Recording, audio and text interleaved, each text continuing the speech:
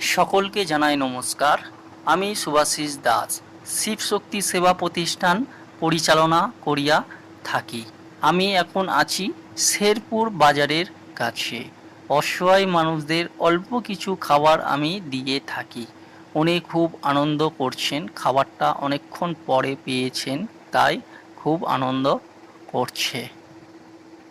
আপনারাও সবাই এগিয়ে আসুন, আমরা সবাই মিলে একসাথে অসহায় মানুষদের পরিষেবা দিয়ে থাকিব। উনি খাওয়া স্টার্ট করে দিয়েছেন। জল শেষ হয়ে গেছিল, আমি আবার জল দিলাম, প্রচুর গরম, তাই জল খেয়েছেন এবং আবার আমি জল ওনাকে দিলাম। খুব পিপাসা। উনি খাচ্ছেন আর আমার দিকে তাকিয়ে আছে যে আমি খাবারটা অনেকক্ষণ পরে ওনাকে দিয়েছি, তাই।